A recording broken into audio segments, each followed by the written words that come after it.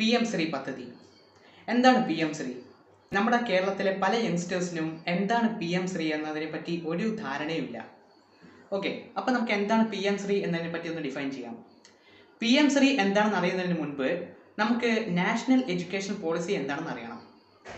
Central government 2020 കൊണ്ടുവന്ന ഒരു വിദ്യാഭ്യാസ പരിഷ്കരണമാണ് national education policy.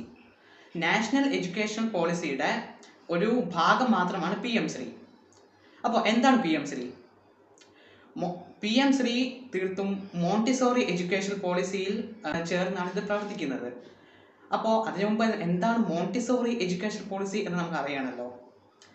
Montessori education policy Italian ഡോക്ടറും എഡ്യൂക്കേറ്ററുമായ മറിയ മോണ്ടിസോറി ഇൻട്രൊഡ്യൂസ് ചെയ്ത ഒരു ന്യൂ മെത്തേഡ് ഓഫ് എഡ്യൂക്കേഷണൽ പോളിസിയാണ് മോണ്ടിസോറി പോളിസി.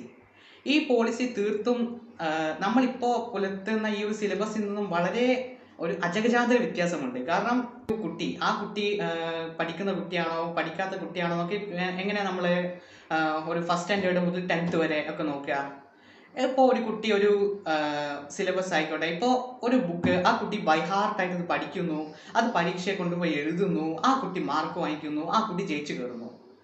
ഈ കുട്ടിക്ക് സത്യം പറഞ്ഞാൽ എന്താ പറയുക, ഒരു ആണി പോലും കൃത്യമായിട്ട് അടിക്കാൻ ചിലപ്പോൾ പറ്റിയെന്ന് വരില്ല. മനസ്സിലായില്ലേ? എന്ന് വെച്ചാൽ ഈ പഠിക്കുന്നത് സിലബസ് ഇതേപോലെ സ്പൂൺ ഫീഡിങ് പോലെ പഠിച്ച് ബൈ ഹാർട്ടാക്കി ഇങ്ങനെ എക്സാം കൊണ്ടുപോയിട്ട് എഴുതി മാർക്ക് മേടിച്ച് മുന്നോട്ട് കയറി പോവുക. അതാണ് നമ്മൾ ഇതുവരെ കാണുന്ന സിലബസ് എന്ന് പറയുന്നത്. പക്ഷേ ഈ സിലബസ് തീർത്തും വ്യത്യസ്തമാണ്. ഈ ഒരു എഡ്യൂക്കേഷൻ വളരുന്ന ഒരു കുട്ടി ഈ സിലബസിന് പുറമെ ആ കുട്ടി പ്രകൃതിയോടും ആ കുട്ടിയുടെ ക്യാപ്പബിലിറ്റി അല്ലെങ്കിൽ ആ കുട്ടിയുടെ എക്സ്ട്രാ കരിക്കുലം ആക്ടിവിറ്റീസ് കഴിവുകളെ കൂടി ഇതിനൊപ്പം ഉൾപ്പെടുത്തിക്കൊണ്ടുള്ളൊരു എഡ്യൂക്കേഷൻ പോളിസിയാണ്.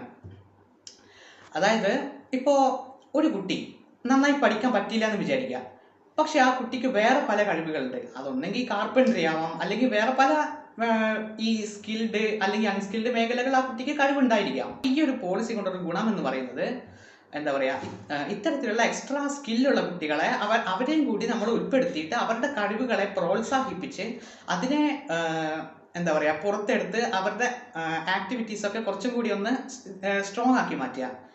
മനസ്സിലായില്ലേ? അപ്പോൾ ഇതാണ് മോണ്ടിസോറി എഡ്യൂക്കേഷൻ പോളിസി. അതായത് പ്രകൃതിയോടും എന്താ പറയുക ഒരു സ്വയം പഠിക്കുക എന്ന് പറയും, സ്വയം വിദ്യാഭ്യാസം നേടുക എന്നുവെച്ചാൽ ആ കുട്ടി ചെയ്യുന്ന ശരിയും തെറ്റും ഒക്കെ ആ കുട്ടി തന്നെ തിരിച്ചറിഞ്ഞ് ആ തെറ്റിനെ തിരുത്തുക എന്നതാണ് ഇതിൻ്റെ മെയിൻ ഫോക്കസ്. ഓക്കെ, അപ്പം പിന്നെ എന്താണ് PM ശ്രീ എന്ന് പറയാം.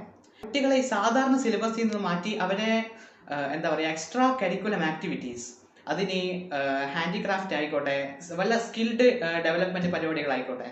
മനസ്സിലായില്ലേ? ഇപ്പോഴും ഈ ഒരു മോണ്ടിസോറി പോളിസി തന്നെ ഇപ്പോൾ നമ്മൾ പാശ്ചാത്യ രാജ്യങ്ങളിലേക്ക് നോക്കൂ, ജപ്പാൻ ആയിക്കോട്ടെ, US ആയിക്കോട്ടെ, ചൈന ആയിക്കോട്ടെ, എവിടെ ആയിക്കോട്ടെ, ഇതൊക്കെ ഇന്ന് ഈ കുട്ടികൾക്ക് നമ്മളൊന്നും പഠിപ്പിച്ചു കൊടുക്കണ്ട. ഇവരെ ഏത് നരകത്തിൽ കൊണ്ടിട്ടാൽ അവർ ജീവിക്കും. മനസ്സിലായില്ലേ? ഇപ്പോൾ എന്താ പറയുക ഒരു ഏജ് കഴിഞ്ഞാൽ ഇപ്പോൾ നമ്മളെന്നും പോലെ വാഴയായിട്ടൊന്നും അവർ ഇരിക്കില്ല. അവരെന്തെങ്കിലുമൊക്കെ സ്കില്ലായിട്ട് അവർ എങ്ങനെയെങ്കിലും ഏത് നരകത്തിൽ കൊണ്ടിട്ടാലും അവർ അതിനങ്ങ് സർവൈവ് ചെയ്തോളും. മനസ്സിലായില്ലേ? അതായത് അവർക്ക് അതിന് വേണ്ട ട്രെയിനിങ് കിട്ടുന്നുണ്ട്. ഇപ്പോൾ നമ്മൾ ഇതിൽ നോക്കി നോക്കൂ, ഇപ്പോൾ നമ്മൾ ഒരുപാട് കേൾക്കുന്ന ഒരു സാധനമാണ് ഇതിൽ കാവ്യവൽക്കരിക്കുന്നു, നമ്മളിതിനെ മറ്റേ ചാണകത്തിൽ കുഴച്ച് തിന്നുന്നു, ഇങ്ങനത്തെ കുറേ പശുവിടെ കൊമ്പുന്ന് റേഡിയേഷൻ കണ്ടെത്താമെന്നൊക്കെ പഠിപ്പിക്കുന്നു. ഇതൊക്കെ തീർത്തും എന്താ പറയുക പറയാൻ വാക്കുകളില്ല. കാരണം ഇതൊക്കെ കുറച്ച് ലേറ്റായി പോയെന്നാണ് എൻ്റെ അഭിപ്രായം.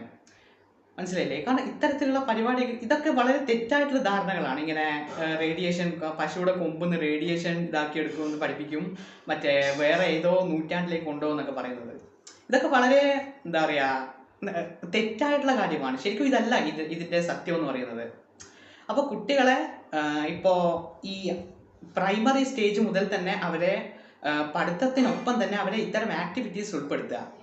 എല്ലാ തരത്തിലുള്ള കുട്ടികളും, അത് ഫിസിക്കലി ചാലഞ്ചഡ് ആയിക്കോട്ടെ, ഹാൻഡിക്യാപ്ഡ് ആയിക്കോട്ടെ, എല്ലാ കുട്ടികളെയും അവരുടെ എക്സ്ട്രാ കരിക്കുലം ആക്ടിവിറ്റീസ് പഠനത്തിന് ഒപ്പം തന്നെ അത് ഉൾപ്പെടുത്തി അവരെ സ്വയം പര്യാപ്തരാക്കുക എന്ന് നമുക്ക് പറയാം. ഓക്കെ, അപ്പോൾ ഇതാണ് ഇതിൻ്റെ ഒരു ചുരുക്കം എന്ന് പറയുന്നത്. അപ്പോൾ ഇതിൻ്റെ ഒരു കൺക്ലൂഷൻ എന്ന് പറയുന്നത് ഇനി വരുന്ന കുട്ടികളെ കുറച്ചുകൂടി പ്രൊഡക്റ്റീവ് ആക്കുക. മനസ്സിലായില്ലേ? അവരുടെ സ്കില്ലിനെ, അവരുടെ എഡ്യൂക്കേഷൻ അല്ലെങ്കിൽ അവരുടെ കഴിവുകൾ, ഇതിനൊക്കെ കുറച്ചുകൂടി പ്രൊഡക്റ്റീവ് ആക്കി മാറ്റുക എന്നുള്ളതാണ് ഇതിൻ്റെ ഒരു ഇതെന്ന് പറയുന്നത്. സിലബസിൽ കാര്യമായിട്ട് ഇതിൽ വലിയ മാറ്റമൊന്നും വരുന്നില്ല സത്യം പറഞ്ഞാൽ. അതൊക്കെ ഓപ്ഷനിലാണ്. ഇതേ സിലബസ് കൊണ്ടുപോകണോ എന്നൊക്കെ ഓപ്ഷനിലാണ്. പക്ഷേ ഇപ്പോൾ ഉള്ള നമ്മുടെ ഡെവലപ്ഡ് ആയ എഡ്യൂക്കേഷനെക്കാളും കുറച്ചുകൂടി അഡ്വാൻസ്ഡ് ആക്കുക, അത്രേ ഇതിൽ കൊണ്ട് ഉദ്ദേശിക്കുന്നുള്ളൂ. വേറൊരു ഹിഡൻ അജണ്ടയും ഇതിന് പിന്നിലില്ല.